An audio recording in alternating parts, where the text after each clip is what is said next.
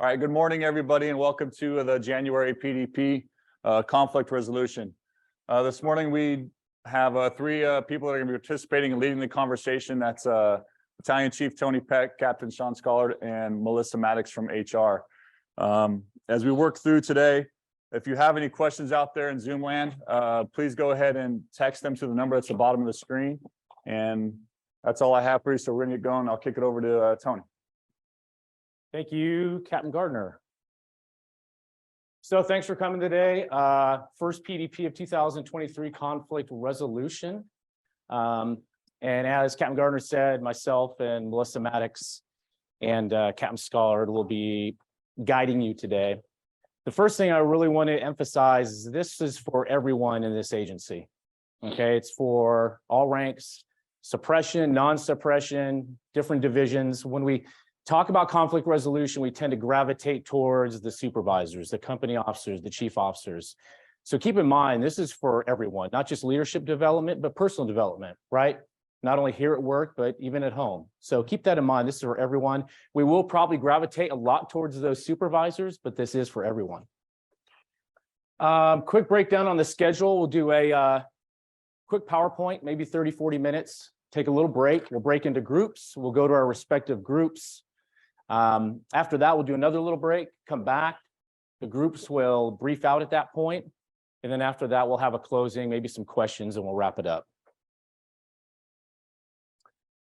So today's objective, it's really simple. We just want you to leave here with more than what you came with, okay? We can spend an entire week on conflict resolution. There are many different aspects, many different components, but we only have 3 hours. So we're really going to cover a lot of big ticket items, and one of those being incident alignment when it comes to conflict resolution. So we just want you to leave with more than what you came with. So maybe some new tools in the toolbox, some new ideas, more questions. If you leave with more questions, that's a good thing.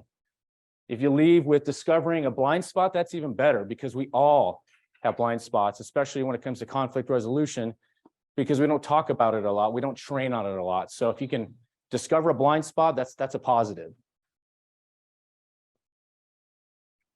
So continuous improvement, I really want to drive that home when it comes to conflict resolution. It's all about that enhanced essay. It's all about experience. The more experience you're going to have, the more experience you have, the more effective you're going to be in conflict resolution. The less you have, the more struggles you're going to have. No different on the fire ground. The more essay you have, the better.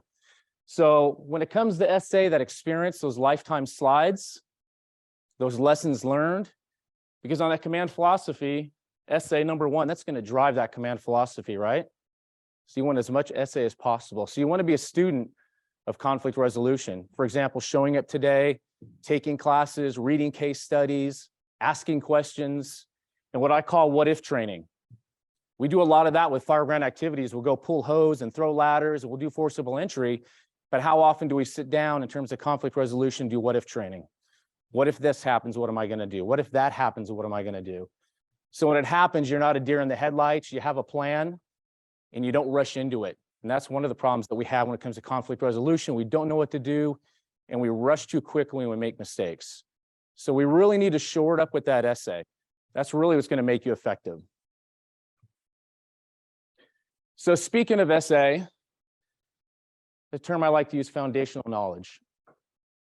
And the great thing about foundational knowledge is that you don't have to have a great amount of experience. This is accessible to everyone. So the Firefighter Bill of Rights, different federal laws like Title VII, Civil Rights Act, the MOU, different policies, procedures, and directives, the Metro Way, core values.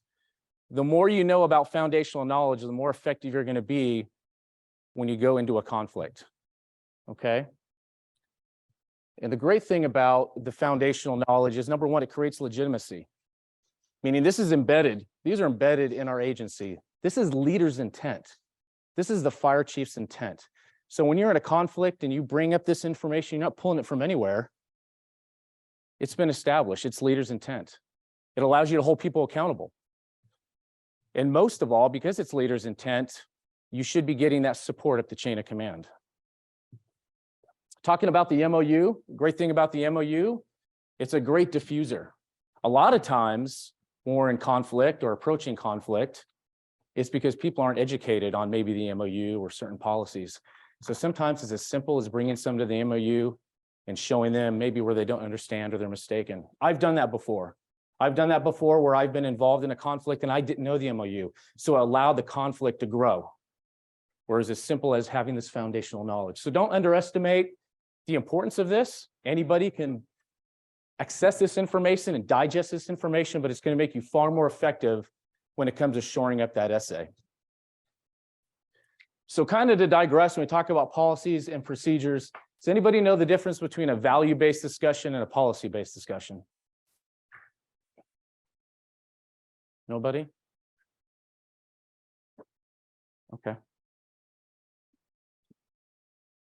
So a value-based discussion. This is what I prefer to do as a supervisor, and I think it's something we should always strive to do, is whenever we have an issue or we want to change a behavior, we want to change the values with that individual, right? I feel if I can change those values, teamwork, integrity, professionalism, service before self, if I can change those values, that's going to help me exponentially down the line. Whereas if I have a policy-based discussion where I just put a policy in front of someone's face, yeah, they may abide by that one particular policy, but then the next policy, they're going to violate that because they've been programmed only to react to specific policies. Whereas if you have that value-based discussion and you change their values, you can change that down the line. Does that make sense? So having those discussions without immediately referring to a policy or a procedure or directive. Now, are there times where value-based discussions don't work? Yeah, it happens all the time. And that's when you're going to have your policies. That's when you're going to have your leader's intent to use. So I just wanted to kind of clarify that for those of you who don't know the difference between a value-based discussion, policy-based discussion. I think ultimately we want to change the values of that individual. So when we look at conflict resolution and our end state, what are we trying to accomplish? What's a successful outcome when it comes to conflict resolution? Anybody? I know there's a lot of insightful people here. Go ahead, Steve. Coming to an understanding of what conflict is and then an agreed upon resolution to what it'll look like afterwards. Okay, so maybe consensus, getting people to agree upon something. What else? Change behavior, changing courses of action to where you don't come up and have these conflicts again. Okay, and that's the one we talk about a lot, the change of behavior. And the vast majority of the time, that's what we're dealing with, a change of behavior, but also, like Steve said, consensus. Sometimes we don't have a conflict. Sometimes it's two shifts getting together to figure out who's going to have a certain station responsibility. It could be training captains figuring out what's going to be the priority for the month. It could be two division heads working together to figure out how they're going to balance the budget. Okay, so it's not just changing behavior, but it's also getting that consensus. What's another positive outcome with conflict resolution? Keeping things at the lowest level in a non-punitive situation. Again, consensus and avoiding it having to become a disciplinary issue. If you can keep it at that station level, get it worked through, and have people continue to work together rather than fostering animosity through discipline, keeping it down low. Okay, so trying to keep it at your level, and we'll talk about that a little bit more. And how can you do that? What kind of discussions can you have? Again, it's you're getting into the values. Are we doing the right thing? Is this worth your time and energy depending on what the topic is? Whether or not it's politics in the station or, patient care issue. Are we doing the right thing for the patient, or do you want to waste your energy arguing politics and getting pissed at each other? Okay, Sorry. Yeah. so having those value-based discussions, which is very easy to say, but that takes a lot of experience. It takes knowing your crew members. It takes knowing when to talk to them, when not to talk to them. Everybody has a different personality. Everybody comes from a different walk of life, but having those value-based discussions, so hopefully you can keep it at that level and it doesn't blow up. There's another. Yes. Daniel for Chief Tech, just coming out of the conversation or that interaction with a different perspective than what you went into it with. Okay. Actually growing and learning, coming out with a different Understanding. perspective or appreciation. Okay. Anything else? Gonna improve our operations just by taking that friction out of the crew dynamics. We've got a conflict in the crew and we're able to resolve it. Okay. So obviously it's going to increase operational efficiency in what we do. Are there times where that suffers because we're having conflict in the station or maybe out on the fire ground? Happens all the time. Personalities get in the way, emotions get in the way. So good point. How about maintaining relationships? There's a lot of times that we get to the finish line and we've resolved the conflict, but what working relationships or personal relationships have we damaged? So definitely something to think about, because these are people we're going to have to work with next 10 or 20 years. How about keeping us free from liability? Do we open ourselves up to liability, not only as supervisors, but as members, if we do things wrong and inappropriately? How about violating the Firefighter Bill of Rights or the Civil Rights Act? Okay, so trying to keep ourselves free of that liability. How about leadership and personal development? Every time that you deal with a conflict, you're getting a new slide, whether it goes well or it doesn't go well. So that development is another positive outcome. And then finally, just taking care of our members. So we talked about changing the values. So you change the value in that member, not only are they probably going to be more productive down the line here at Metro Fire, but possibly a happier life or a better life off duty. So you got to think of that too, is we're also taking care of our members instead of looking the other way and ignoring it, where something can grow bigger down the line. We're taking care of our members. So a lot of things to think about when it comes to what's a positive outcome when dealing with conflict. Okay. Does everybody have their incident alignment card? So everybody should be familiar with our incident alignment for structure fires. Why is it important to be in incident alignment? Anybody answer that? Why is it important to be in alignment? I have one good answer. Chris. Well, because if you're not in alignment, then you can't run against it effectively, you can't run it smoothly, you don't come to your ultimate outcome. So you're not going to be effective and you're not going to come to your ultimate outcome. Okay. Actually, Captain Gardner had a good response for this. Being in alignment is going to enable you to execute and manage risk appropriately. Does that make sense? Execute and manage risk appropriately. And if you do that, you're going to have that positive outcome. So on the fire ground, that positive outcome might be extinguishing the fire, rescuing a victim, protecting property.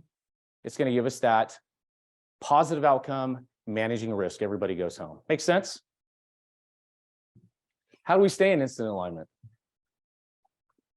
What process or decision-making tool do we use to stay in incident alignment? Anybody? What decision-making tool? Command philosophy. Very well. for 500. So yes, the command philosophy. Do we use this every day? Every day, we all do. It's intuitive. Sometimes we use it within seconds. You know, we decide to VES, the Alpha Bravo window, because there's a victim. We're doing that within seconds, or it could be long-term. We're preparing an incident action plan for an incident management team. So it's something that we use all the time. I know some of you have a hard time speaking to the command philosophy or describing it. It's a decision-making tool. It's how we make decisions and manage risk. And using that command philosophy, it's going to keep us in alignment, right? And that's going to enable us to execute and manage risk and have that positive outcome. Any questions regarding that? Okay. Is it safe to say that when it comes to conflict resolution that we need to be in alignment? Fair to say? Okay. So the training division has been working on incident alignment when it comes to conflict resolution. You have your incident alignment card here when it comes to structure fires. Training division wanted to come up with something similar when it comes to conflict resolution, a way to keep yourself in alignment within the left-right lateral limits, okay? And as I mentioned before, essay is huge in this. The more essay you have, the more it's going to drive that command philosophy. So keep in mind, you know, these incident alignment cards are general guides to get you going in the right direction and keep you from veering off. But it's really going to come down to that essay. It's going to come down to that experience, lessons learned, the slides, the training.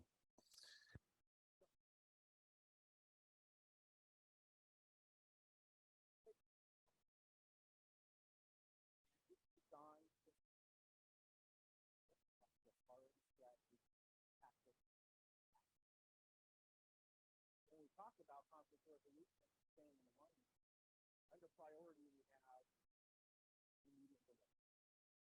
So when you have a conflict or a conflict, that's the first thing to think about. Is this something I need to immediately address, or can it be delayed? Let me give you an example of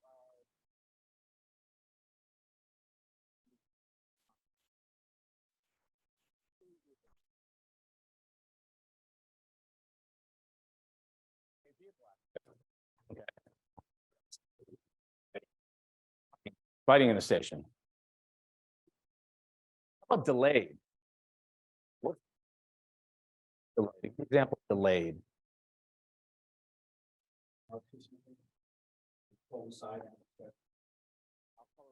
Okay. Little shift work arguments between shifts. Little shift work. Or I'd say the majority of our time. And when we rush into things, that's when we have problems. That's when you violate things like the Firefighter Bill of Rights. That's when you destroy relationships. Okay, so the vast majority of what we do is delayed, where we can wait. How about kind of like a combination attack? Can you have a combination immediate delayed? Someone gave a good example of that on an immediate. Can someone give me an example? What would be a combination? You have the argument with someone at maybe there's an argument during the AAR after an incident. It's immediately, it's okay, we're gonna stop this discussion right now. So you're gonna handle that. And then later on, you're gonna deal with, okay, what triggered this? What's going on? What are the details? How do we not let this happen again? So that's an excellent example. And the chances are that it was just emotional and people get, excited or whatever, adrenaline's flowing after a fire. Whereas later you can stop and think about it and discuss it and realize, okay, probably the right answer is somewhere in the middle between what this person's saying, what this person's saying. Exactly. And I think Chief House talked about a fight in the station. So we have to take immediate action, right? We have to mitigate that. We have to stop that. But now we have to deal with the repercussions of that. Has this been something that's been going on for a while? Is this something we need to address? Is this a particular individual maybe who's suffering some different things? So that is going to be your delay portion of it. But immediately we have to stop it. The delayed portion is obviously figuring out what the game plan is going to be. Make sense? Right, Pete? Time. So taking into consideration time and place, is this the appropriate time or place to deal with this immediate that I have? to address, right? It's not always the appropriate place to deal with that issue, right? You can sometimes make the situation worse. Everybody good on immediate delayed? Okay, so now we go down to strategy. So are we going to elevate this or are we going to handle it our level? What's an example of something we'd elevate? Okay, sexual harassment. Perfect. How about something we keep at our level?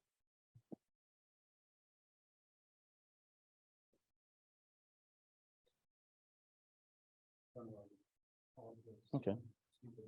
Internal arguments. Are there times when you elevate something that it might be pushed back down to you to handle? Yes. Are there times where you handle at your level, but you might let your supervisor know just to give him or her some essay? Or maybe even reach out to labor just to get a perspective? Okay. So elevate or handle at your level might be a combination of both. So tactics, mitigate and explore. So mitigate is we're ready to take action, right? We have a plan. We're ready to go. Explore, maybe we need some more information. We need to ask some questions. We need to gain more essay. So down to task, now that we're ready to mitigate, now there's a whole slew of different things you can do. There's the mentoring, there's the educating, there's the training. There's all kinds of different things you can do as a supervisor or peer-to-peer. And of course, document. Are we going to document this? Are we going to do a counseling memo? Are we going to do just an informational email? Captain to engineer, glad we had this discussion regarding X, Y, and Z. Do we need to notify anyone else? Maybe labor, maybe peer support. Does anybody have any questions on this incident alignment? Anything that doesn't make sense? or not in the right place. So once again, this is just a general guide, like when it comes to structure fires, to just kind of help you get started off on the right foot and stay hopefully close to center. But by knowing this card and knowing that command philosophy, it's not going to do you any good unless you have that essay. Because that's what it's all going to come down to. That's going to drive that command philosophy, and that's what's going to keep you in alignment, and that's you're going to have that positive outcome. So use this card. You know, think about this card when we're dealing with a conflict or training, you know, for a promotional exam, and hopefully that'll keep you in alignment. Do you have anything else regarding that? On the value-based or policy-based decisions or discussions that you're going to have, can you blend the two of those? Yeah, absolutely. Absolutely. And sometimes you're going to have to, right? Especially the younger generation, we get criticized a lot for asking what? What's the question that we always ask? Why, right? So when you're having that values-based discussion with that member and they ask you why, it's important to have the policies to back it up. So you can show them why. This is why. You know, this violates policy. This violates Title VII. Here's the why behind it, and then go back into that value-based discussion. Captain Gardner, you have anything you wanted to add? Yeah, so we're not all gonna be experts on Title VII. You know, we're not all gonna be expert on the MOU, okay, but I think the important thing is to know when you need to find that resource and utilize the resource. Okay, because if we're not, we can't be expected to memorize the entire MOU and know every nut and bolt and word and paragraph and phrase in it, right? We can't do that with Title VII. We can't do that with Firefighter Bill of Rights. But what we can do is know that that resource is out there and that when it might be applicable, and go dive into it and look, see if the answer is there, right? Don't be reliant on just having to be able to recall and know every single part of it, because I'm not going to know it, and I'm pretty sure everybody in this room is not going to know it. But if you're aware what's in it and you know that it's there as a resource, you can then utilize the resource. If I may, on top of that, and I think Melissa just went to talk to the one I can feel it right now, is that you don't want to memorize it, because that's when we get the district in trouble, is when you're wrong on that stuff. That's when the liability comes out. It was epiphany when I met with Melissa years ago, studying for the BC exam, is that the recognition of why firefighters tend to derail this or mess this up at times is we're groomed to go fix problems in about 30 minutes, come back, and they're on to the next one, to where we don't recognize we have a good resource where that is either another supervisor. That's why a lot of the policies are really common sense. If you suspect somebody under the influence, what should you do? Call another BC or peer, right? To validate that, but calling Melissa or HR, but also validating what you believe to be correct. So now it's factual of pulling that document out. Most of you guys are studying for an exam. That is a great assessment tool to say, I know what right looks like, but I need to actually fact check it. Because if you don't, we are always as supervisors looking out for the district's liability. Not just protecting the public and our members, but the district liability and decreasing that. Did you have something? Yeah, no, I'll just reiterate that. I know chain of command is very, very, very, very important in the district, especially when you're on fires. But in the conflict resolution area, I would say I'm kind of an outside resource of the chain of command. And so HR is there to help and guide and assist. And if you're not sure, that's what I'm there for. If you're wondering, hey, is there something in the MOU that I should be aware of regarding this incident? You don't even have to give me names. You don't even have to say who, what, when, where. It's just a general conversation. That's what we're there for. And at least, again, you'll have some more essay to help make your decision or guide your decision. There may be a policy you're not aware of. There may be something in the MOU that you're not aware of. Stuff pops up in the MOU all the time that I'm not even aware of, or Totally, 100%. all the time. I mean, just literally just happened. So, you know, we're here as a resource. I think people don't want to call HR a lot because they're worried, oh, you can't call HR, that's pulling the big red handle. It's not. We're here as a resource, kind of outside of the chain of command, just there for information, guidance, and help. So that's what I want to say. So to pile on that, phoning a friend is huge. Not only to validate what you're thinking, but really to check the emotion. There's been plenty of times where I was geared towards doing something And I've had people talk me off the ledge, you know, and other battalion chiefs. So don't be afraid to reach out to your peers, firefighters to firefighters, captains to captains, whatever it might be, because that's very valuable in validating information and really checking that emotion. Because I'll tell you, a lot of our conflict stems from emotions. Okay. Anybody else? Chief, can you sort of alluded to it when we were talking the strategy level here about elevate and handle at your own level. I think we can talk a little bit more about the different lenses of the levels, right? We have a lot of ranks in here, basically anybody from a BC or down right now. So firefighters, right? That might be, what's that level look like if you're just 2 firefighters?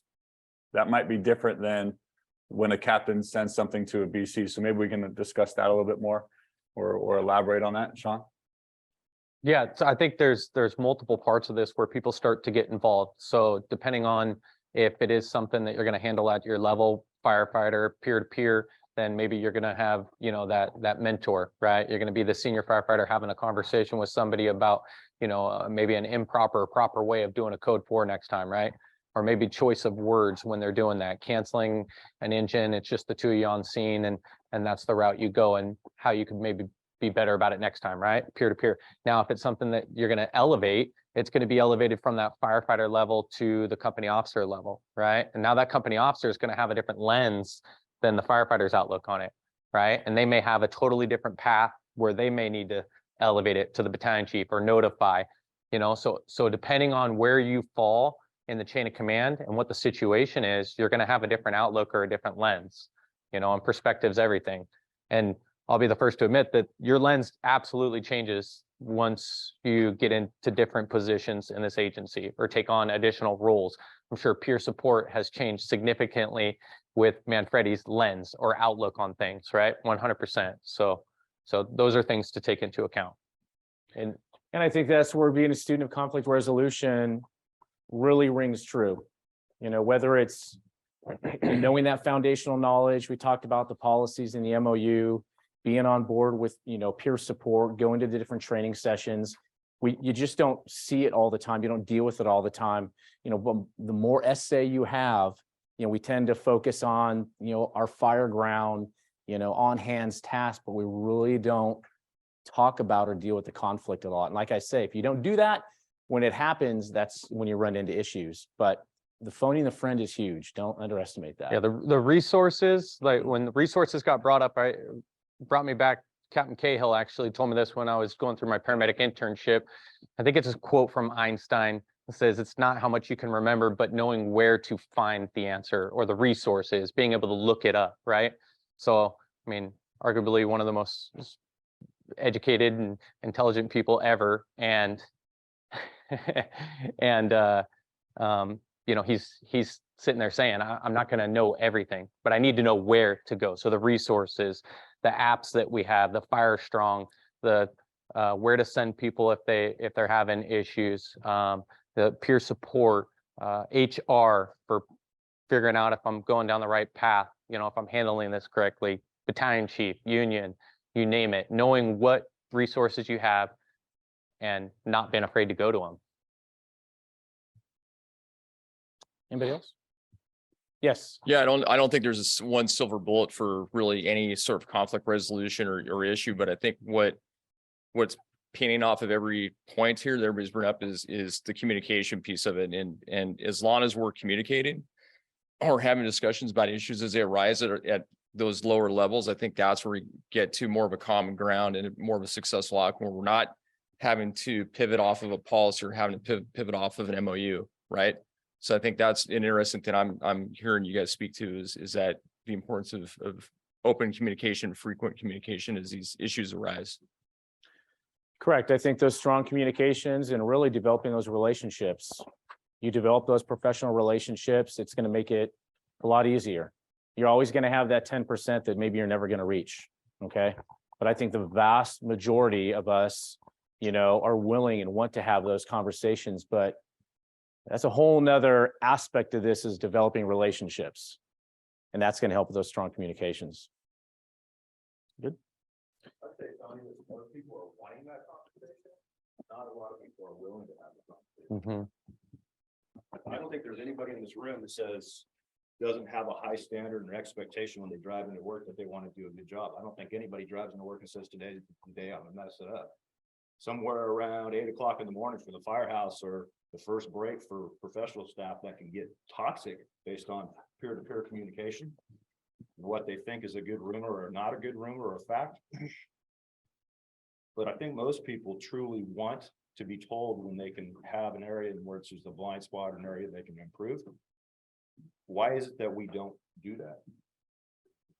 I think some people do it better than others, but why is it that we don't? Because I think HR in the perfect world would love if that happened because it would keep it down at a very small level.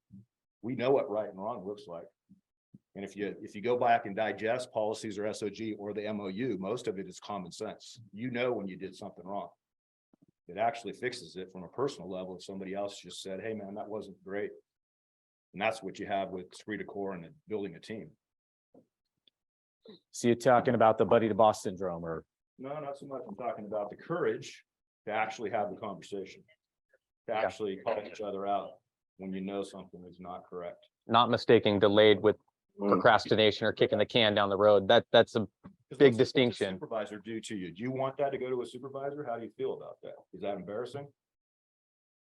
You had a peer call you out. Is that a little more tolerable and tangible? And you probably would be receiving the corrective behavior or the acknowledgement that I actually did something wrong. I mean, the code forward is a great example. Does it have to be the senior firefighter? No. Could it be the most junior guy that calls the captain out and says, hey man, I know you've been doing this 30 years. You're tired. I'm just going to step up and take this for you. We can have a conversation about it later. That takes a lot of courage from that probationary employee, but they actually probably know the absolute right. We're just afraid at times to have the conversation about it. So having that courage. Would you guys agree with that? And we're just sometimes don't have the courage to have those conversations for whatever it might be. You want to remain a buddy. You don't want to be blackballed in any way. You don't want to be isolated. Sorry. Have we all said something to our kids and your kids never do it? And then they go to the neighbor's dad and their neighbor's dad says something to them. And Johnny comes back and says, hey dad, look what I learned. And you've been telling him that for freaking 5 years. Those rules still apply to us.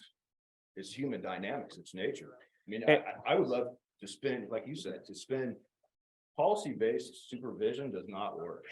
It's a last resort to say, this is where you've taken this conversation. We're applying the policy because now you're violating, increasing not only district liability, but you're violating probably law. The value-based conversation is all about people. And truly it defines leaders at any level. And I would say the vast majority of our conflicts, if we had the courage, we could probably diffuse those pretty quickly. So sometimes when they're ignored or procrastinated upon, that's when they get worse. That's when it affects the team. That's when it affects the culture and it becomes exponentially harder to deal with. Someone, Steve. You never realize the freedom that you have in having those conversations until you go up to the next level. Like firefighter to firefighter, you have more freedom to talk to each other in conflict resolution, whereas if you're the captain talking to the firefighter, it can be construed as discipline. And so you have to, like Sean said earlier, is your lens is a little bit different. So you may have to approach it differently, but firefighter to firefighter, you can have more open and honest conversations sometimes, as long as both people keep their ego in check.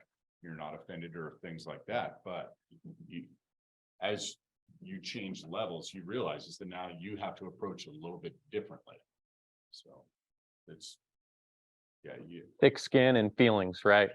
I mean, that's what I think affects a lot of people's courage, is that we don't think enough people have thick skin to be able to deal with the uncomfortable conversation.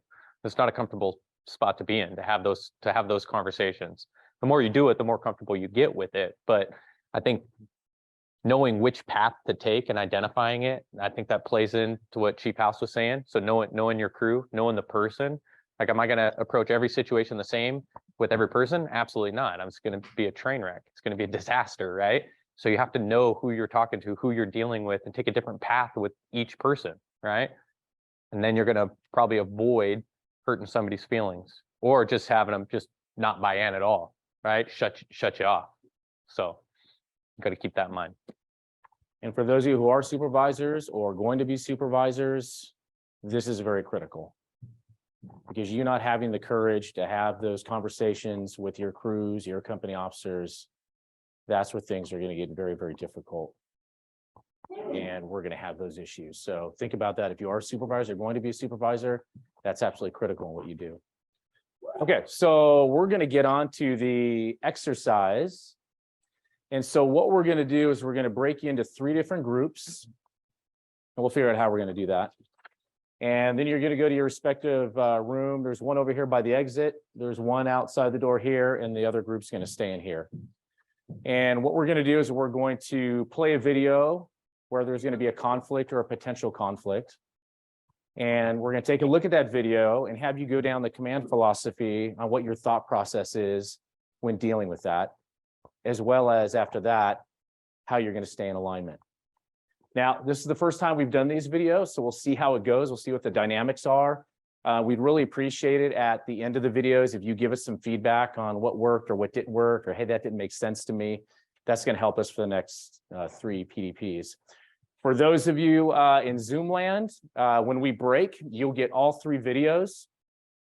And so go ahead and watch those videos. And then after the videos, you'll have the command philosophy and the new incident alignment card come up. So at your station, if you want to go through that same process, you can. We also have a number for you to call in if you wanted to share your thoughts. So right now we'll take the videos also can be found on the ops counter for the PDP, and they were also on the Zoom link for this morning's invite. So you can either get it through email or on the ops counter is another place where you can find the 3 videos as well. We don't have a piece of paper with us in each one of the scenarios saying what the correct answer is that we're looking for. Okay, we don't want to guide you in any direction. We want you guys to utilize the tools, the conversations that we had during this presentation to come up with a path on how to handle it. Okay, but we're not looking for anything specific. Okay, so more participation, the better. Exactly. More, trying to raise think your about- hands, raise your hand. Think about what I was going to say. The main thing here is we want you to go through the process with the command philosophy and incident alignment. You know, you can get down in the weeds on things, but really just kind of want you to go through the process here. We'll see how that works. Ask him. All right, everybody, welcome back. Those of you in Zoom, we just finished our breakout session and the groups had a quick break, and now we're back in. We're going to discuss. Each group's going to have an opportunity now to come up and show their video and discuss it to the entire classroom. Just a reminder for you guys in Zoom that they didn't get to see all 3 scenarios. They only saw the scenario that they discussed over the last hour or so. So when they come back in, when they're delivering it, 2/3 of this room has not seen that scenario. So that's why we're sort of handling it this way. With that being said, we'll start with group 1, which was Melissa's group.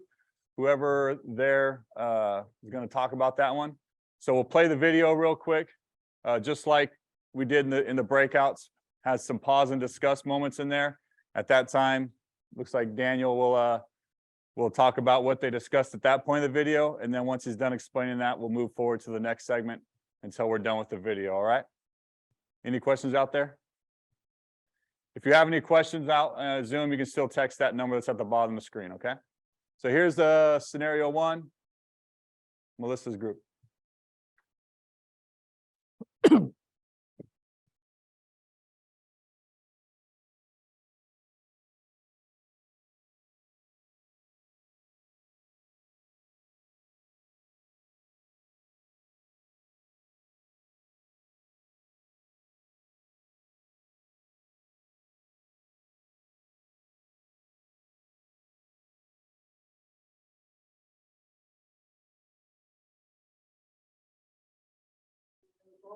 Named David Caruso, Connie Gannon. Two are like twins. Only instead There's of this mic up there. sexy, dynamic, crime fighting twin. I You get want me to stuck put it with up a there complete by the self-centered asshole twin who's supposed to be my best friend, but I don't know if he's supposed to be my best friend when I'm getting married to the woman that I love. And I keep trying to think of a way to not only have him not be my best man, but how it not come to the goddamn wedding at all. You silly. It's time you're right. You cut your fat Irish mouth right now. Hey, you guys okay? Yeah. Okay, Maybe we should, get out.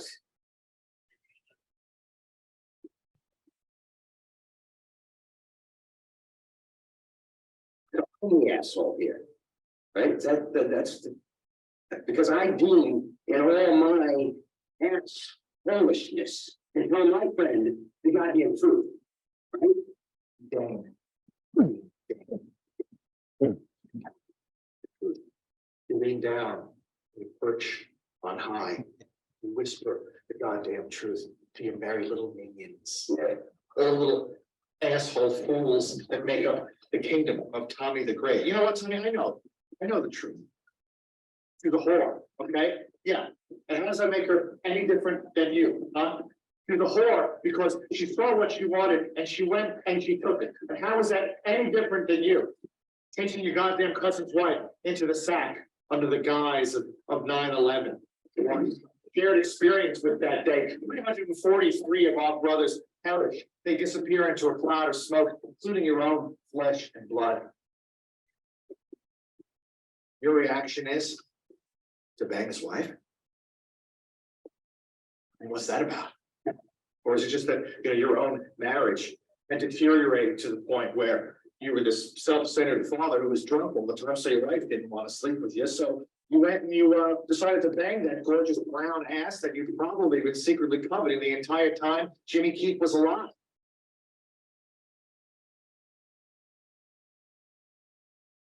Thou shalt not steal.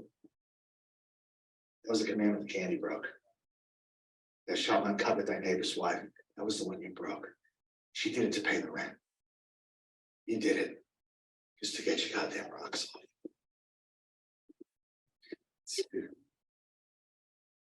All right. So now we'll let Danny talk about how they worked through this. Yep, you need the microphone so Zoom line can hear you. So I know. Hello. Danny by himself. So go ahead and talk about where you guys were at this point, what you're thinking, and then we'll let me know when you're ready to play Just the, gonna work down this. whatever you want to do. Cool? All right. So we try to use this as our guide the whole entire time, and starting with the first one is gaining situational awareness. Okay, what's going on? Well, we have people that are arguing. We have people that are starting to raise their voices. It's not just a regular argument. We have personal issues that are coming into the workplace. There's people starting to use like racial comments. There's people bringing up things that could be construed by the two individuals that came in to try to help. So we don't just have the people that are arguing, we have the perspective of the two individuals. If you don't know the show, one's a probie, one's a junior firefighter. But we have that's starting to happen. So our incident complexity is starting to be, well, we have the two, but now it's starting to be other people that are now involved potentially. How are they interpreting it? Are they feeling like they're now in a work environment that's not safe for them? Are they going to be pulling out their phone and saying, hey, you guys, this is what's happening in my firehouse, what's happening in your firehouse? Or you start telling people of the public or things like that. So it's not overly complex, but it's starting to build itself out at that point, beyond just the two that are sitting in the kitchen. Risk assessments of what can happen. Well, obviously we have people that are potentially tarnishing a relationship because from the information, they've been friends a long time. One guy's the best man, potentially at his wedding. So we have interpersonal relationships. We have it starting to affect other crews, escalating that we could be, where is this going? Is this going to turn into a fight? Is this going to turn into more comments or things that can't be taken back? Is this going to now tarnish the work environment and relationship of the crew in general? Are they getting to a point where they can even respond to a call and that they're going to be effective on a call for the public? So service delivery is starting to be affected as well.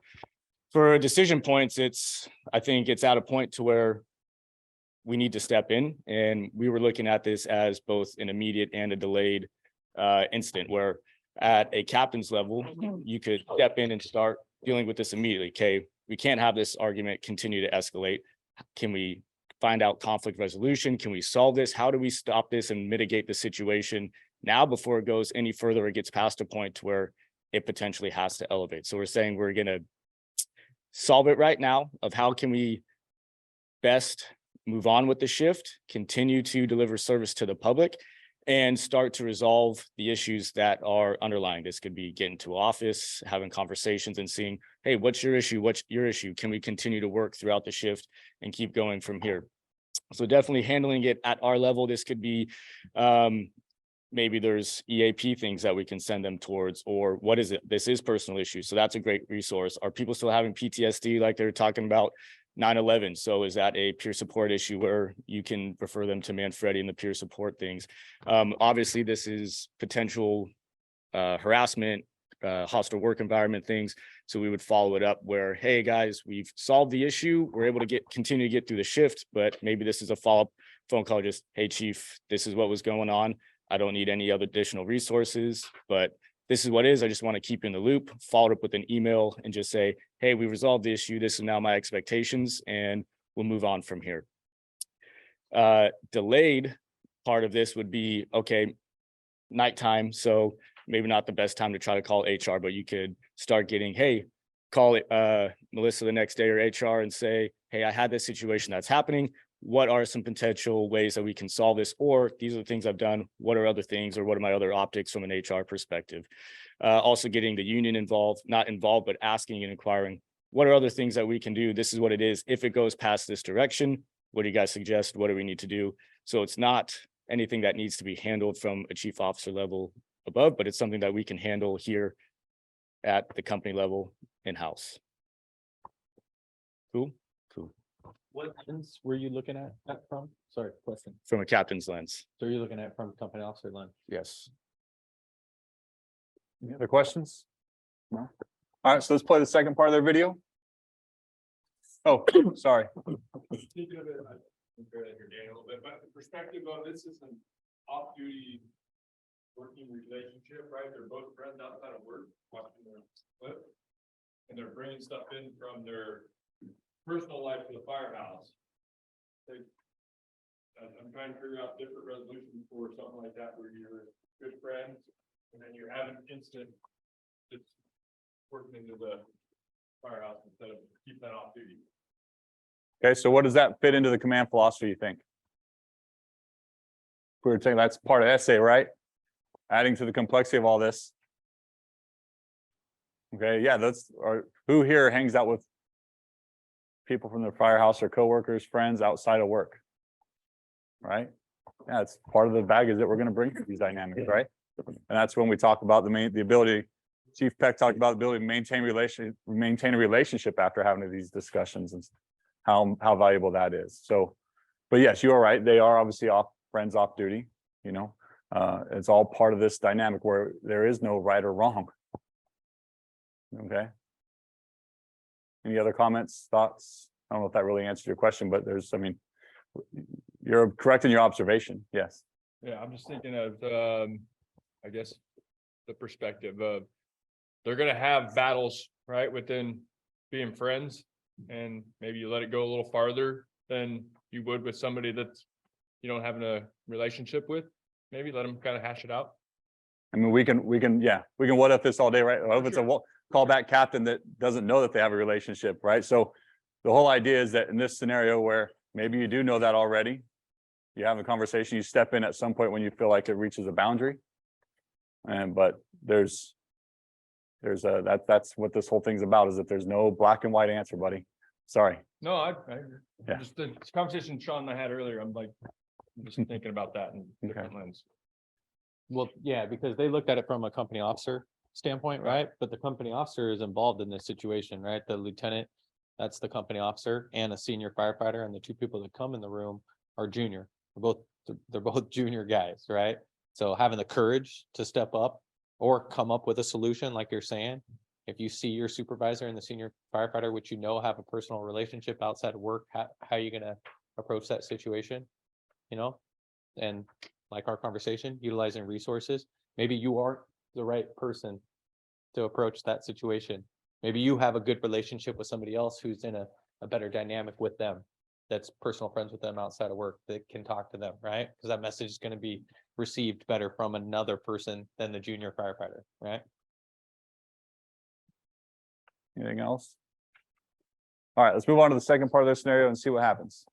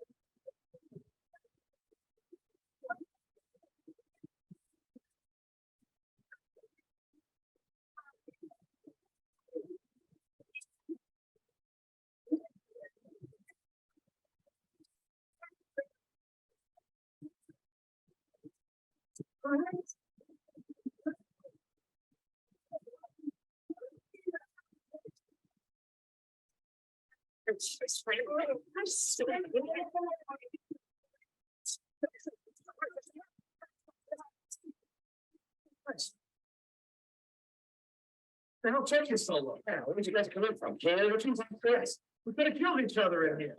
Right, asshole? Yeah, fine. You? Yeah, fine. What the hell is going on in here? You ate all the Oreos. I bought all the goddamn Oreos.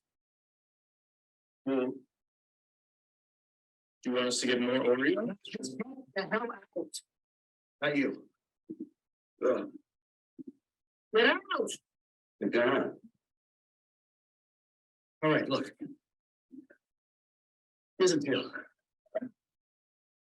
Ronnie's gonna come to my wedding as my best man. If anything happens, you're gonna step in as the buffer. All right, so Danny, what'd you guys do with this? Thank you, Pierce. Yeah, no problem. You want to hang out? Whatever you want.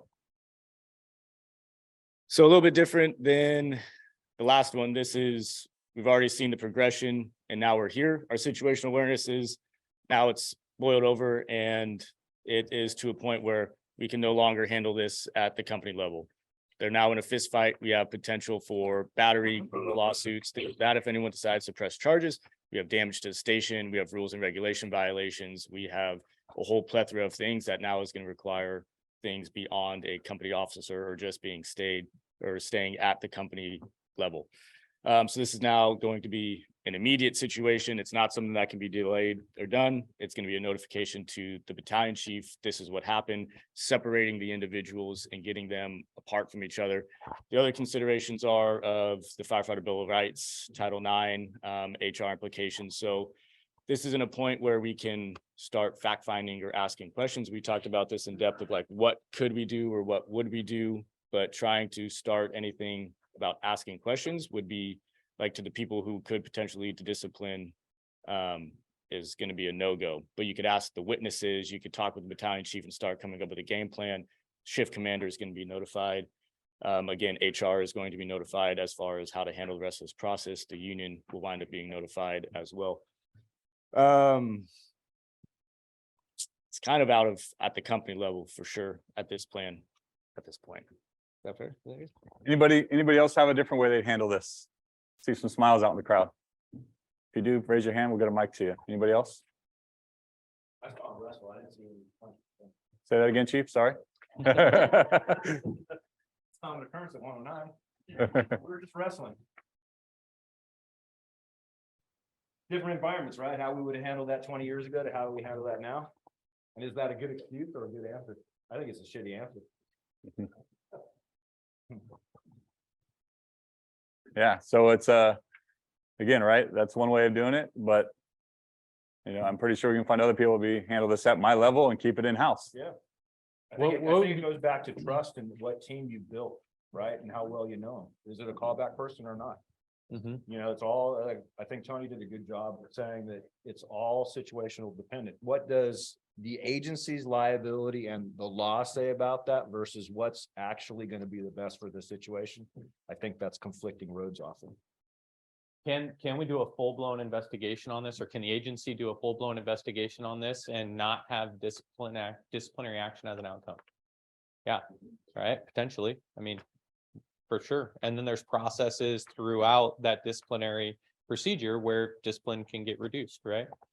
It can either get reduced internally through a Skelly hearing, or it can get reduced in an arbitration if it decides to go to an arbitration, right? But what I think you need to look at too is what the root of the problem is in here, right? We talked about PTSD, we talked about you know, behavioral health and things like that associated to this incident that was a snowball effect that found ourselves in a wrestling match, not a fight, but a wrestling match amongst friends. So is is harsh discipline going to be beneficial for this? Are we going to get the outcome that we're looking for? The change in behavior? Is it going to help the situation or make it worse, right? So can we have a blend? Like we can always blend these situations, right? To get the desired outcome that we're looking for, right? Because in this one, we want somebody to get help, right? I think both people need some help, whether that's counseling outside, having resources, somebody to talk to, vent to get these things off their chest so it doesn't come to a full-blown wrestling match in a firehouse where things are broken. All right, is there an investigation that still probably needs to take place from an administrative perspective? Absolutely, because there's checks and balances, right? There's things that they have to do once it triggers Title VII and laws that are effective. So, and I think a big part of that's trust and trusting the process and trusting the people that are above you, right? That can understand that situation, that can understand the dynamic in a firehouse and understand that this person doesn't need to be terminated. This person doesn't need to be demoted. These people need help. And they need help recognizing the situation. So. Anybody else? Ryan, like you had something to say at the beginning of the conversation.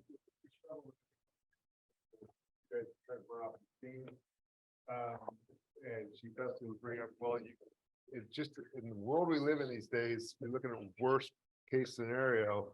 It's hard to keep it at the company officer level. It's just hard. It's just, you don't know what somebody in the back room might think. Tommy Gavin might press charges, all these weird things that can happen. And if you just try and keep it there and then it escalates and the BC doesn't know about it until paperwork starts filing, that's kind of the part we had a lot of discussion with escalating this and getting it up to the BC level and potentially above.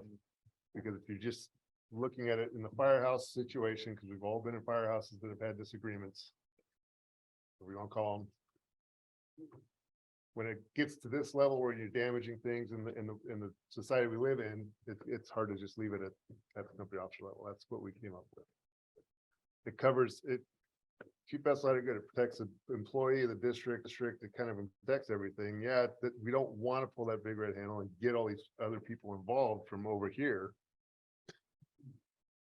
But it did boil over to a point where it's kind of getting out of your hands pretty quick. Okay. Anybody else that wasn't in the group besides Chief House that maybe has another way that they would look at this situation? Or everybody somewhere in between, right? Like, is that possible to say? Yeah, all right.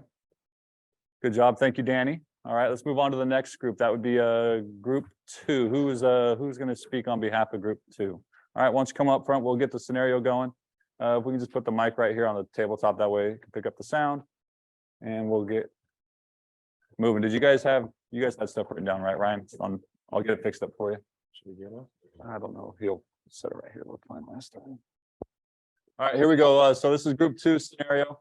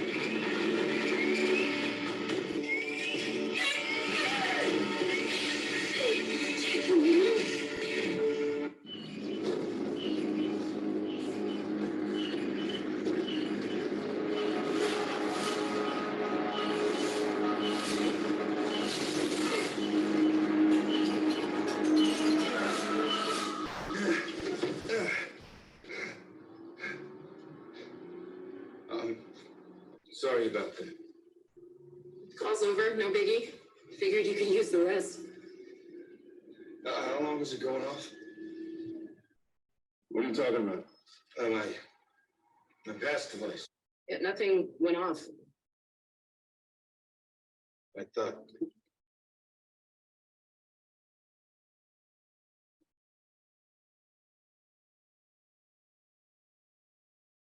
Warren? You live with Gibson. Is everything okay with him? On your version of okay, the guy drinks pickle juice. John, and he listens to some weird ass music. I don't know, he seems on edge or something. I mean, the guy barely sleeps. What? Something happened? Engine 19, ladder 19. Warren, you're on the ladder with Miller. Let's be on engine, would you? Actually, no, I'm gonna stay here. Hold down the phone. But they said I have to. So, no, I hear you, but my entire crew's already out on calls. Okay, then reroute calls to other stations. Sure. Yeah, keep me posted. Everything okay? I think that I'm stuck here and I can't do anything more to help. Ripley left you in charge while he's gone, and I know it's not the same as being out in the field. I don't like feeling trapped.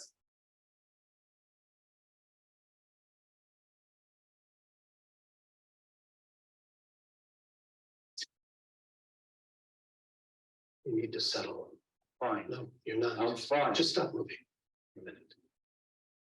When did this start? Right after the skyscraper? I think I'm just tired. I just need to lie down or something, okay? Gibson, I have been around a long time. I've seen versions of this before. It isn't safe for you.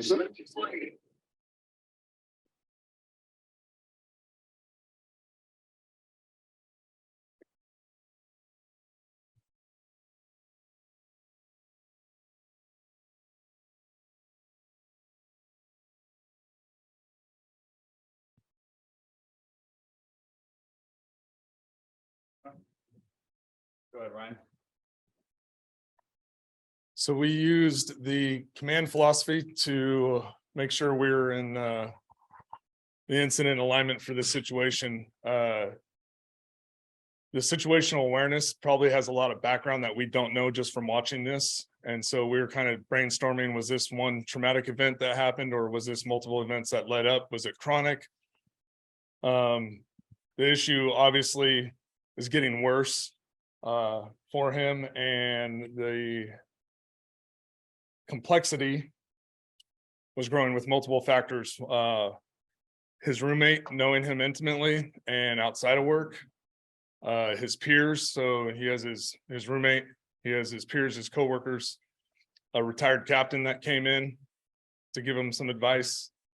So we identified that the priority was kind of both. Immediately, it needed to be handled. He couldn't go on that call, and delayed. So at first, we're going to delay the situation by letting him go into his dorm room, kind of cool down for 30 minutes, and then handle it appropriately. So we kind of had a mix of immediate and delayed for that.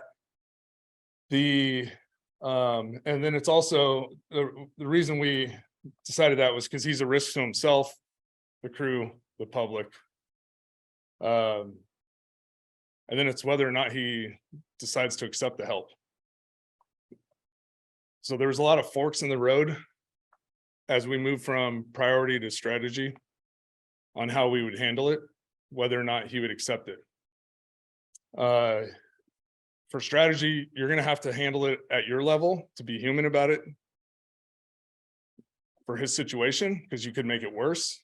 But at some point, you're going to have to elevate it if he's going to be pulled offline to get professional help.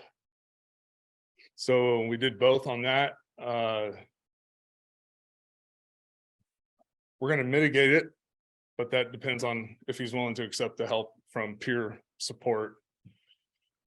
So that was like, that's going down decision points. And then we're going to use the tasks. We're going to do all of the mentor, educate, notify, depending on how he handles the situation. Okay. What else did somebody else in the group see maybe from this clip that wasn't involved with group 2's discussion? Anybody from group 1 or 3 that has anything to add to that maybe, or take away? No? Joe, were you in this group? What were you thinking?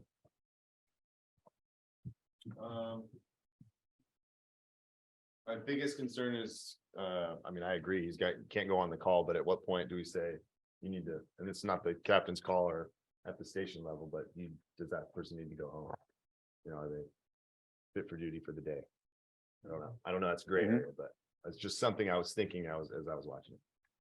You said that's not at the station level, or do you, as a captain, you've Make been, a notification, or if you thought that he wasn't at the point where he can actually run calls, okay, make it a phone call. all right. Anybody else have something to add before we move to the next part of this video? I would just caution the fit for duty thing. I didn't mean to use that terminology. Yeah, it's just a big red hand. If you tell somebody they're going home as opposed to encouraging them to maybe take some time off and get some help, those are two different things. Okay, There's avenues for getting time off, right? Because I think a lot of members are hesitant, especially when they don't recognize the own severity of the situation that they're in. They're like, I don't have a problem. I'm not gonna burn my time. I'm not gonna use sick leave, right? I'm not gonna get on a naughty list of sick leave, right? And I'm not gonna use my vacation leave. But we have options. We have resources of getting people time off without having to use your own leave, right? So those are the resources. And if you send that person home, you created another issue, because their resources at home may not be as good as their advocate and peer support they have at work. So sending them home, I've seen that catastrophically go bad for people also, because they don't have any other life outside of this. Their best resources are here. Their best peer support may be here. good. Anything else to add to this before we move on to the next part of the video? Good. All right, here we go. That's it up here and we'll-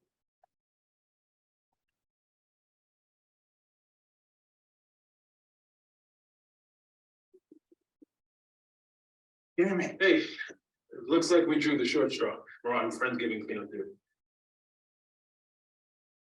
All right, come on.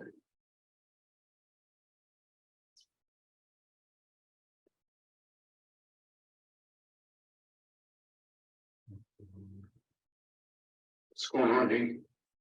Just hear us out, okay? Please, Jack. Sit. I'm good standing. What is this? Well, I'm worried about you. Okay, does anybody want to tell me what's going on? Let's talk about what's going on. I hear you haven't been sleeping much. What do you mean you here? You've all been talking about me? We're worried, that's all. Oh, you're worried, Bishop. I was joking about you trying to take my job. That was a joke.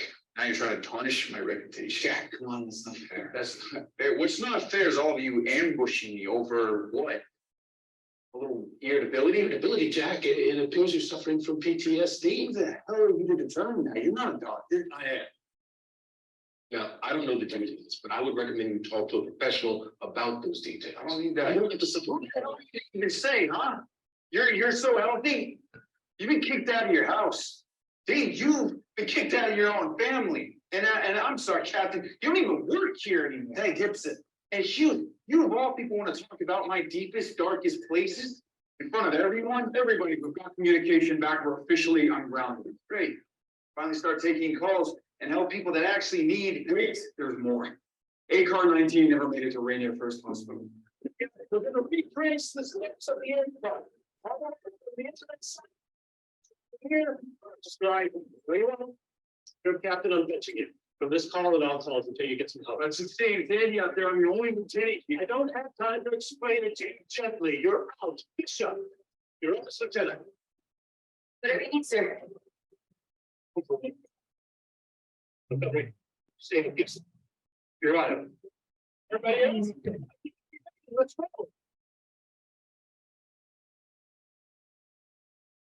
All right, so Captain Pittman, Ryan, what'd you guys have from this part of the video? That's the way we would handled it. Okay. Then talk about what you do differently then, or what you guys discussed as a group. We wouldn't have brought him in as a crew in front of everybody and addressed it first openly like that. We would have done one-on-one to try to have a good rapport. Like hopefully it's someone on the crew that has a good rapport with that person, intimate knowledge outside of work, so it can be he can be more open and trusting of that person instead of putting them on blast in front of the whole crew. Okay. So about this scenario specifically, does everybody agree that maybe that might not have been handled the best way by the crew? Yeah, maybe having a more personal relationship or one-on-one conversation in an appropriate setting, right? I walked around all three groups, and one of the comments that sort of ran through one of them was maybe sometimes the best place isn't to have this in the office, right? It might be wherever the appropriate location is for the conversation, right? Because you don't want to arm people just by a location if you can avoid that, right? What about this? Anybody else have anything to say on the second part of this scenario? Their thoughts on it? Did the crew handle it well? Did they not? I mean, everybody nodded their head and said that they didn't, but does anybody else maybe slightly disagree with that? Okay. Better than nothing. Yeah. Chief, wait 1 second so I get back there with the mic so we can capture it for. I think they did the best that they could, but that's definitely somewhere you need a clinician or professional to really, that has the time and under the pressure of running calls and everything else and the inner dynamics of the team. So I think they did the best they could with what they had at that moment. What do you take from his reaction to the group? Does that tell you something about maybe where that person is psychologically? He's angry, right? He feels like he's being attacked. Like there's people having conversations behind his back. You think he's at a position where he's maybe accepting that he might have a problem, or might not be acknowledging it too, right? So these are all little things that we can clue in on. I'm going to ask a question. I don't really expect an answer, but which of these two scenarios is easier for us as as firefighters to discuss? The first one, right? But why? One-on-one, involved the other crews. Tangible, easier solutions.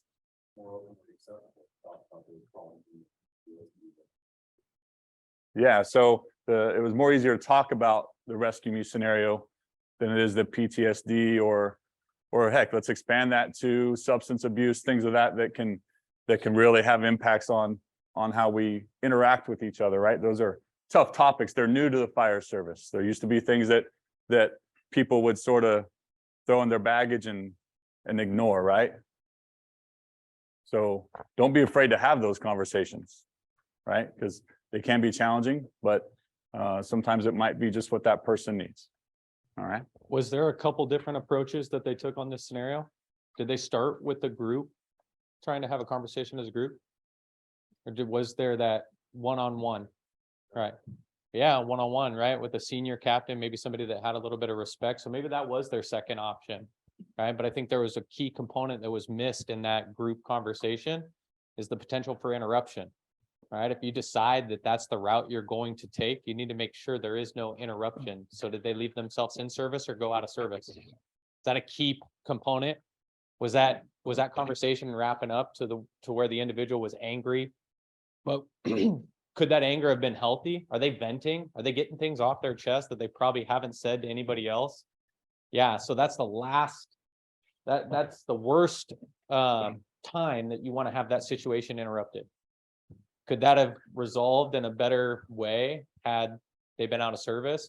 Let that conversation continue, let them vent a little bit more. Who knows? Yeah, probably, maybe not, right? So, but just making sure we take everything into consideration. Like if you are going to do that, make sure you have all your checks and balances in place to make sure that conversation is not going to get interrupted. Okay, I'm going one thing.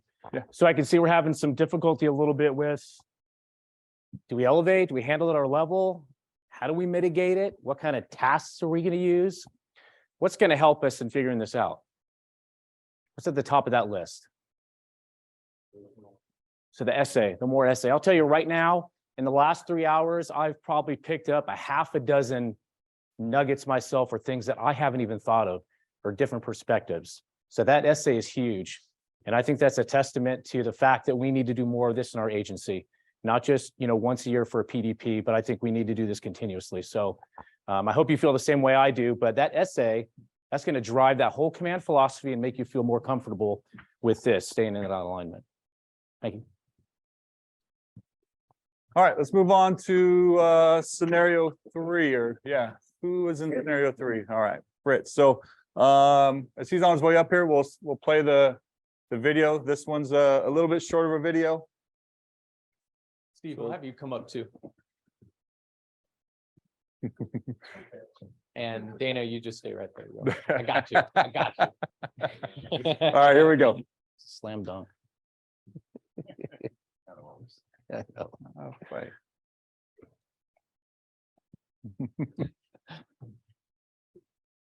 Thank you.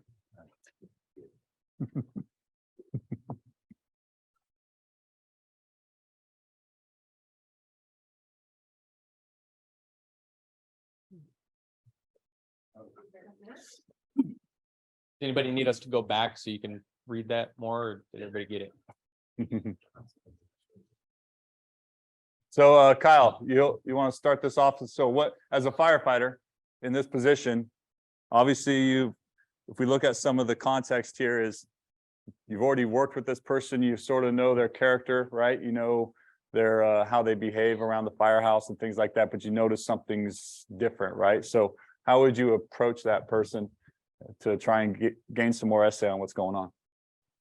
So following through the command philosophy, that's where we started with the situational awareness, right? The only thing that we have to go off of right now is that this firefighter doesn't seem like he's acting normally.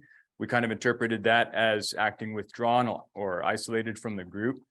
And so it's incumbent on us to find a way to separate them from their environment and get them into a trusting state. So best spot for this would probably be in the medic at some point, since we're going to be out and about throughout the day. And that's a good opportunity to ask them, what's going on? You're not acting like yourself. Something seems off. Is everything okay? We don't know the cause issue at this point. Could be something at home, could be something at work, could just be focused on a test coming up, something like that. So that's really the start of our process, is to separate them into an environment they feel comfortable sharing that, because they might not in front of their crew where they feel like they're being evaluated at all times. Okay, go ahead. Something to add? That's exactly what we talked about, is approaching it from the personal side, not making any sort of assumptions, whether it's even work related, could be bringing in something from home, might have had a bad morning with the kids, the family, who knows, just being being family, asking what's going on. Good. All right.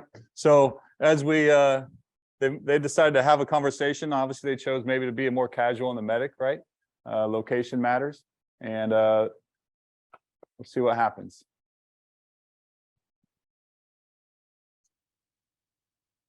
Bring the mic over here, please.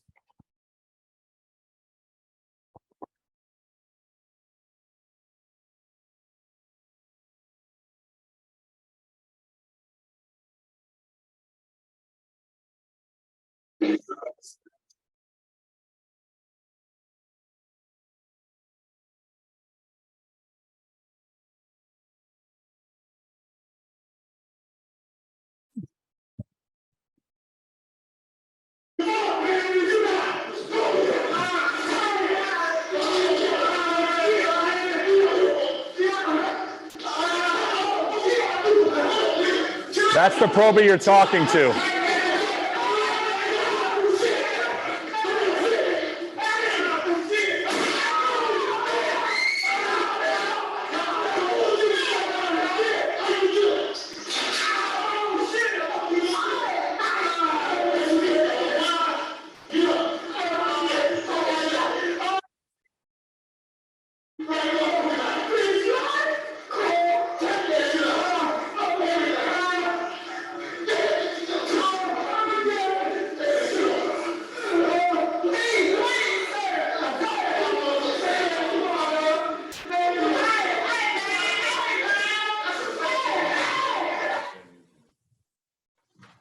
All right, so that's what he shows Kyle when they're working together and having this conversation. So let's go ahead and get where's your guys' conversation go from there? So I think it might be the next part of this, but an important component to this is that this video is posted on YouTube and is available for everybody to see.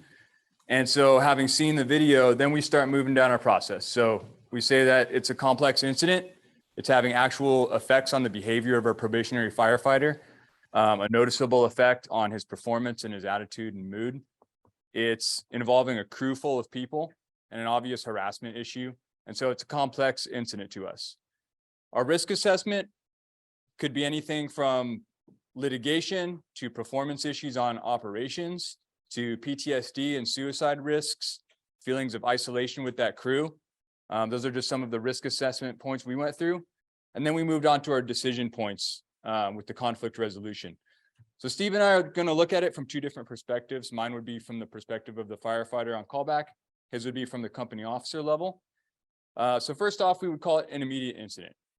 It's significant risks. It's a complex incident, and it's having an immediate effect on that probationary firefighter and their ability to perform. I'm going to elevate this. So at this point, this is beyond something that could be simple peer-to-peer mentorship. One complexity with this particular incident is that it appears like the entire crew was involved. So that means the company officer we would choose to go to normally within that house is potentially involved in this incident.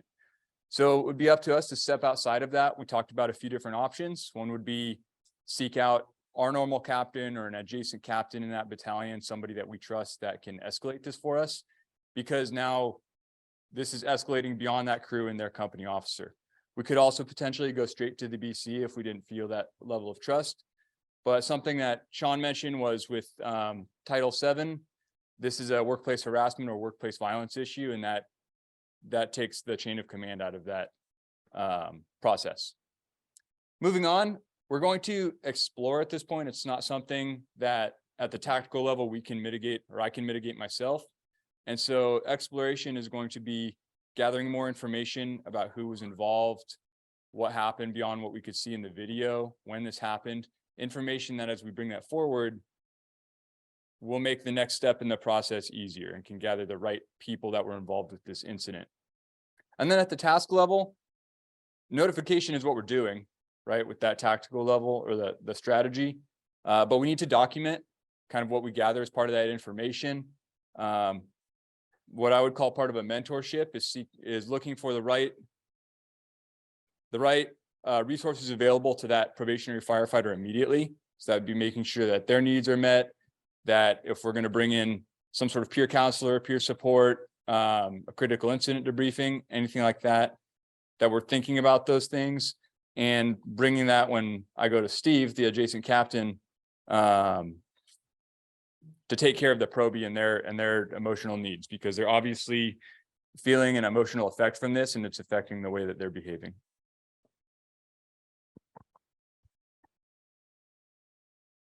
So looking at it from the supervisory role, there's a lot going on here, obviously. Going back to primary responsibility, the immediate is take care of the individual's needs, whether that's, hey, we need to put the medic out of service right now, start with 4 hours of emergency leave, whatever, to address the needs of them, notify EAP, HR, so on and so forth. This is also a delayed response too, because this is going to go long term. This is going to be an investigation, a Scully hearing. This could be criminal and civil lawsuits. This could cost people days on the beach, demotion, cost them their career, all of that. Personally, as one captain to another, especially with this being out on YouTube, is I got to get ahead of this in two different ways. One is I got to contact the supervisor, the captain at the other station, and be like, so I happen to become aware of this video. Are you aware that this is posted online? You know, without investigating it, just notify him as, hey, you may want to start dealing with this right now to get ahead of it because you're in the video. This is a chance for you to step up and be a leader and start taking on responsibility if you were aware of this or not. Well, you are, but because it's going to hit that person anyways, and talk to them about the capability of starting to take ownership of it. But then on top of that, this has got to go up the chain super fast, super quick, because now this is going to hit the news. This is, if it hasn't already, the chief's going to become aware of this. The news agencies are going to become aware of this very quickly. And so we need to make notifications very quickly to try and get that video taken down if at all possible, and have the department or the district start to get ahead of this before the media shows up and starts asking questions. And then on top of that is notifying individuals that their union can only do so much for them, especially if this goes to criminal or civil lawsuit and Title VII issues. Once it hits Title VII, basically the only thing your union can do for you is notify you that you have a right to an attorney, and you're going to probably want to retain one of those. So mitigate or explore, this is obviously going to go through a lot of exploration, a Scully hearing. Pretty much everybody that's been involved in this is going to get called in and questioned on it. Everything will be documented. This is where we're going to have to rely on each other as far as who gets involved in this and what the discipline process will be for that. So there was a bunch of other stuff that we talked about. Has anyone seen this video before? I hadn't either. This is real. This is in Georgia.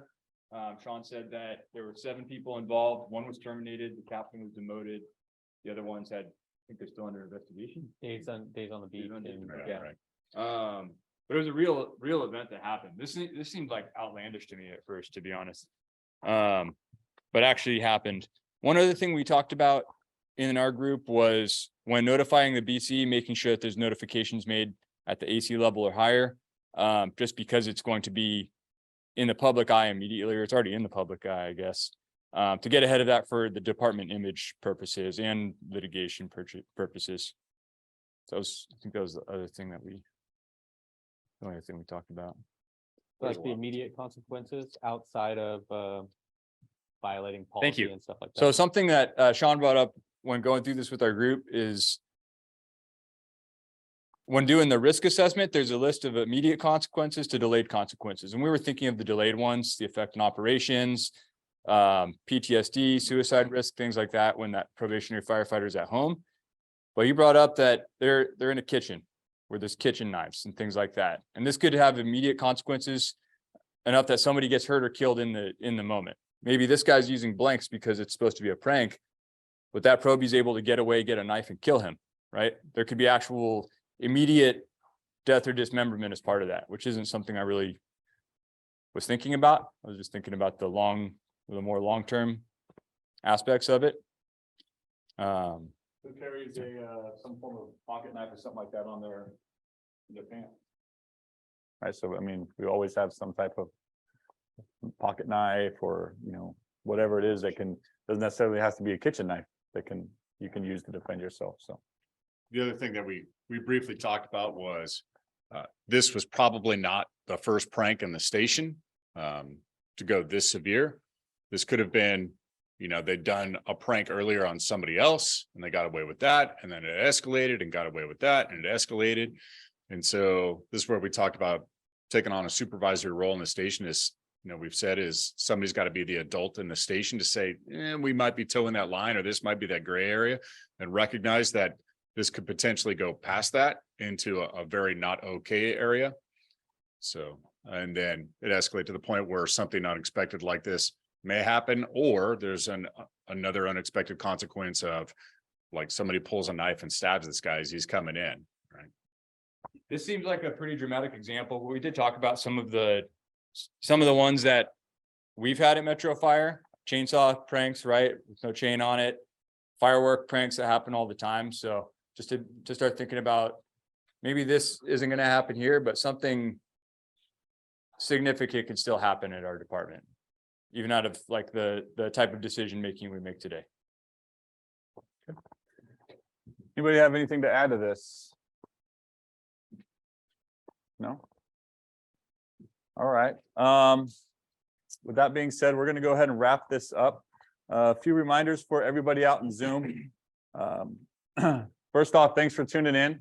I know not traditional format with how the session went with the middle breakout area, but hopefully you're able to capitalize on that, work through scenarios with your crew, have those discussions and then compare, contrast what you saw here from the three groups. How'd that compare to how maybe you and your crew discussed it? Were there differences, subtleties, similarities, same outcome, different pathway, whatever that looks like? Okay. A reminder, these scenarios will be available. They're still available on the ops calendar and that email as well that you got for the Zoom link. They will all this documentation, the PowerPoint and all that stuff will be on Metro Fire apps in the PDP portion of that. Okay, and then also, if you would like to send us some feedback to the training division, I did put an evaluation form on the ops calendar. You can go ahead and it's Word, so you can type on it and either email it to me. If you want to go incognito, you can just send it to me via district mail. And look forward to getting any feedback because you are part of our audience here. We want to make sure we're giving you guys just as good a product as we attempt to give in person. So thanks again for tuning in. The next one's this afternoon at 1:30. Captain Gardner. Oh, sorry. Sorry. Just really quick. So our objective today was to leave here with more than what we came with. Do you think we did that? Okay, hopefully you feel a little more comfortable using the command philosophy and incident alignment when it comes to conflict resolution. Hopefully you got some more information and just some more perspective. I certainly did. And like Captain Garner said, the feedback is very welcome. I'm very humble. If you want to email me personally and tell me what we should have done or shouldn't have done, or how we could have done it differently, I really want to know that, okay? Also, before you leave, some task level stuff. I have a tactical worksheet for personnel issues, or let's say conflict resolution, that Captain Aldrich, Block, and Manley put together and HR blessed. So if you want to pick one of those up, those are here. And thank you. Some of the feedback that my group was talking about was talking about the all levels must be aligned and how that was a little confusing when you talk about conflict resolution, because there was a lot of blending associated to this, whereas the blending sometimes can occur here where your combination. So if that doesn't make sense, please provide that in the feedback so we can look at it and decide whether or not this needs to be shifted underneath here or whether we need to do a better job explaining this. So as we were kind of working through some of the scenarios, I was taking that into account and thinking, okay, you can still elevate and handle some of the things at your level, knowing that you're going to elevate something. But these are the things that I can take into consideration at the company officer level, start giving them resources, things like that. That still keeps you in alignment. What would take you out of alignment is if it's something that needs to be elevated, that you decide just to handle at your level. So just because you're utilizing 2 in here doesn't mean that you're not in incident alignment. That's kind of the way we perceive it. But if you're looking at it different, because words matter, right? When you're on here, we want it to be crystal clear, and we don't want it to be muddy the waters for you. So please provide feedback. All right, now I'll try again and say goodbye. Goodbye, everybody. Thank you.